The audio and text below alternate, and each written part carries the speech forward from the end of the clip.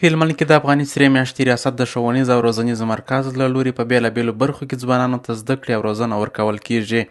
چې وروسته بیا همدا ځوانان د یاد مرکز له لوري د ترلاسه کړو زده کړو پر مټ د ځان لپاره بوختیا او کاري فرصتونه رامنځته کوي. هلمند کې د سرې میاشتې ریاست د ښوونیز مرکز یو تن ښوونکی نور احمد احمدي وایي تازه دې ورځو کې 130 تنه هغه ځوانان چې د سرې میاشتې په ښوونیز مرکز کې د اداري مهارتونو په موخه زده کړې ترلاسه کړي دا د اوس ورڅخه وروستۍ ازموینه اخیستل کیږي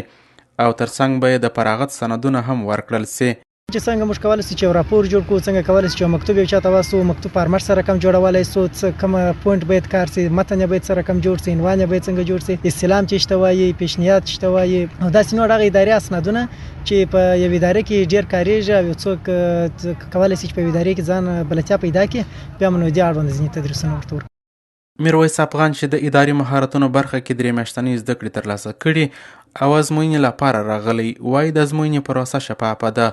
او باور لري چې غوره نمرې به ترلاسه او بریالی به سي. پروسه خو ډیره شفافه وه، الحمدلله موږ ډیر خوشحاله یو خپل د ګرانو ښوونکو څخه، خصوصا د انجینر صاحب نور احمد احمدي صاحب چې خصوصا زموږ استاد ډیره خواري زموږ سره وکړه. یقینا په دغه 3 میاشتنۍ دوره کې موږ ډیر څه زده کړه، د اداري اصولو سره پوه سولو، د اداري لیکونو د ډولونو سره پوه سولو، یعنې په ټوله کې چې په اداره کې کوم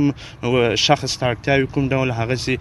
وړ اشخاص ان شاء الله نن دلته فارغېږي او دلته امتحان ورکوي. همداراز د ازموینې د شفاف او صحنې د کنټرول کمیټې یو شمېر غړي وایي دوی به د زده کوونکو د ازموینې پروسه څاري ترڅو حقدار ته وسپارل سي. نو دغه زده کوونکي که چیرې دوی بریالي سول نو دوی ته موږ سند ورکوو، او که چیرې متاسفانه دوی ناکامه سول د هغو څخه بیا موږ په پلان کې دغه پروسه ورته لرو چې 2 وارې شروع کړي، هغه نو بیا هېڅ امکان نه لري چې دی دې ناکامه شي ځکه دغه دی. او دلته مثلا د ټولو سره دقیق سوال دغه کېږي، یعنې کومک چې دی که کېدی د ټولو سره کېږي، اول خو کېږي نه ځکه دا اداري مهارتونه دي. په اداري مهارتونو کې چې دغه ځای څخه کومک ورسره وشي په اداره کې نو کومک خو شروع دی چې شروع دی، نو دغه ځای څخه چې دوی دغسې دغه به ډېر شي ان شاء الله موږ ډېر ټینګار کوو. د لوړ ارګان څخه نیولې به تر کښته ارګان تر مسلک تر ټولو چې یعنې په ارګان کې کوم کسان کار کوي د لومړي بس څخه به تر کښته بس ته پورې په دې کې زموږ سره زده کړې کړي دي او موږ امتحانونه اخیستي دي او موږ جامعې ته وړاندې کړي دي او ان شاء الله باوري یو چې هېواد او ټولنې ته به خدمت رسیږي. د یادونې وړ ده چې دا مهال د هلمند سرې میاشتې ریاست په ښوونیز او روزنیز کلوب کې سلګونه تنه ځوانان په زده کړو بوخت دي